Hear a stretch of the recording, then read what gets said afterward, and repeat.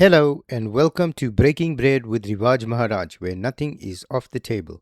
For today's episode, I want to talk about Keir Starmer's apparent visit to the Gulf regions uh, in response to the current ceasefire between the United States and Iran. So, without further ado, let's get into it. There's an article in the BBC, Starmer to visit Middle East after US and Iran reach ceasefire deal. Now, it's a brief article. I'm going to just go through it and give you my thoughts. Sir Keir Starmer has welcomed the ceasefire agreement between Iran and the US as he traveled to meet with leaders of the Gulf countries. The Prime Minister is expected to discuss diplomatic efforts to support and uphold the ceasefire. According to Number 10, he will return to the UK on Friday.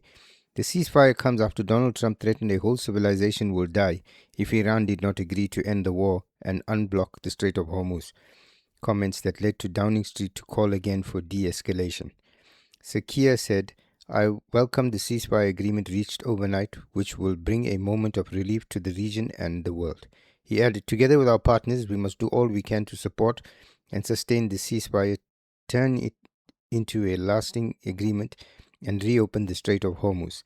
Sir Keir is also expected to meet UK military personnel in the region as part of his Gulf trip, which was planned before the ceasefire announcement.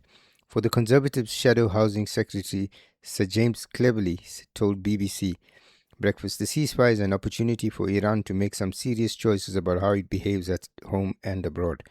Former Foreign Secretary Sir James said this war was initiated to ensure Iran never acquires a nuclear weapon, and that remains an absolute priority, adding, so we'll welcome this 2-week ceasefire, but it's time that mustn't be wasted. Liberal Democrat leader Sir Ed Davey welcomed the ceasefire but questioned whether the UK could trust Trump, labeling him a totally unreliable ally. Sir Ed said the Strait of Hormuz needed to be opened, otherwise people would pay a heavy price in inflation and lower growth, adding, so whatever it takes, but I do think we've got to stand up to America.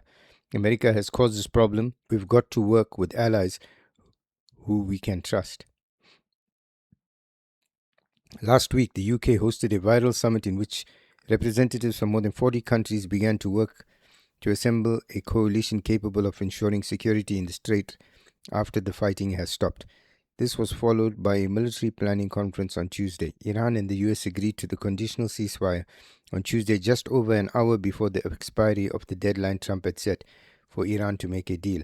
In a post on Truth Social, Trump said the ceasefire was subject to the Islamic Republic of Iran agreeing to complete immediate and safe opening of the Strait of Hormuz. Meanwhile, the Iranian Foreign Minister Abbas Araghchi announced Iran would agree to a ceasefire if attacks against Iran are halted. For a period of 2 weeks, safe passage to the Strait of Hormuz will be possible, he added.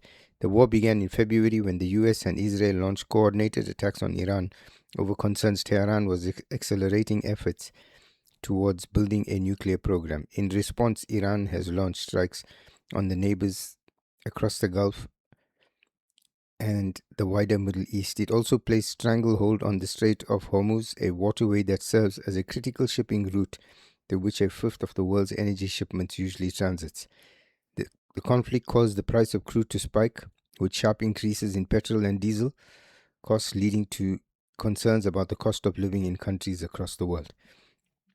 So, this is Keir Starmer's on his way to the Middle East, and for me personally, I think that this is a wasted trip. Throughout the conflict, from the outset, the UK government had an option to lay its cards flat down on the table and make its position abundantly clear. We then went through a series of flip-flops, and it should have been evident at the beginning of this confrontation that whether we liked it or not, we were being dragged into this war. The moment the bombing on Iran started, the Iranians then targeted the British base in Cyprus. The choke points in the Strait of Hormuz were targeted, and energy shipments to Europe were then throttled. In the normal scope of things, when these restrictions are placed on a country's energy requirements, or in this case, an entire continent's energy requirements, when this stranglehold appears, it's tantamount to an act of war, because you are not only depriving that country or that continent of its energy requirements, trade as part of trade deals that have been agreed to. You also targeting countries that are saying to you that they're not even involved in it, in this war. So you're antagonizing countries for no apparent reason. And this is why I believe that the United Kingdom at the outset should have laid down its cards, as I mentioned in my previous videos, and said to the Iranian regime, we're not a part of this. However, if you strangle our energy requirements, or if you attack our bases, or if we are adversely affected in any way, if you interfere with our energy infrastructure coming out of the Gulf regions, so that would mean even targeting the energy resources of the Gulf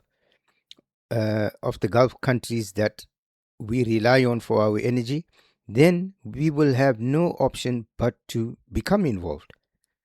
But we didn't set those red lines. We just said, oh, we're not involved.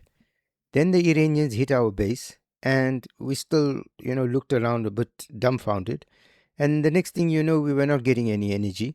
5 countries were given energy, were allowed for their energy ships to, ships carrying their oil and gas to transit the Strait of Hormuz. We didn't even qualify for that.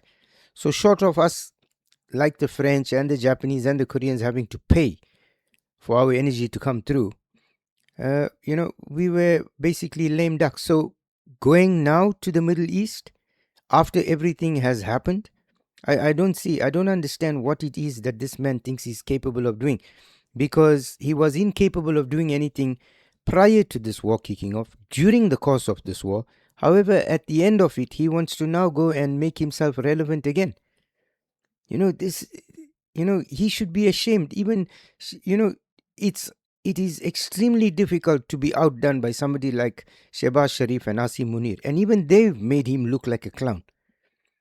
So it's a really strange scenario that we find ourselves in here. I don't understand. I've got a post here from Ursula von der Leyen as well. Let me just bring up this post, because she's even gone on to say that they welcome this peace agreement and they're going to work with their partners. I don't understand. What does working with your partners entail? Because when you had the opportunity to lay your plans on the table, to lay your cards down and tell the Iranian regime, tell the Americans, tell the Israelis, this is where we stand, and this is what we're prepared to accept and what we're not prepared to accept, you just came out and said, it's not our war, we're not getting involved in it. And now, after everything's over, you're looking to maintain a lasting peace. There's going to be no lasting peace. This is not the end. I'm telling you, this is not the end.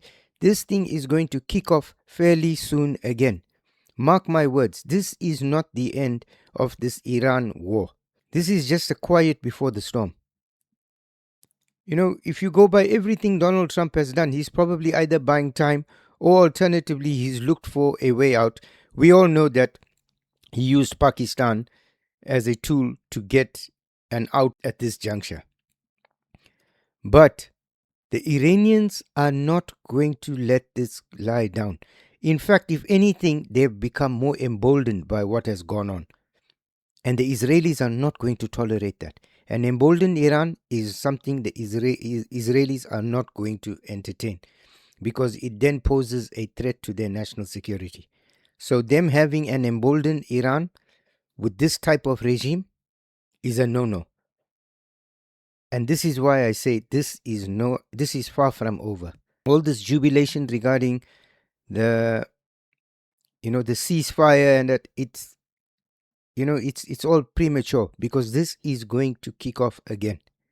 There is no way that this is the end. So again, I don't understand what Starmer is hoping to achieve by going in there now after the fact. I think he just wants to become part of the news cycle. He wants to get a few pictures in, and just to make it look like he's become relevant again. As I said, the man is absolutely useless. He's done nothing for his country internally. He's done absolutely nothing for his country externally. In both facets, he's harmed the country more than anything else. So I really don't understand what this trip is all about. If anything, I suspect that Starmer is going to use this opportunity along with his EU allies to tell the Gulf nations that, look, Donald Trump has abandoned you.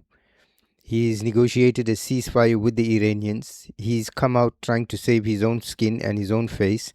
And all the while, y'all are left with the problem. We know the Iranians are still apparently or allegedly bombing the UAE's energy infrastructure. So he's basically then going to try and do some deals and some manipulation behind the scenes with the Gulf nations to say that we are more of a trusted ally to you than the United States, and look to us now for defense contracts, look to us for, if you want to spend in terms of defense purchases and, in terms of energy deals and things like that, because we could be a more trustworthy partner.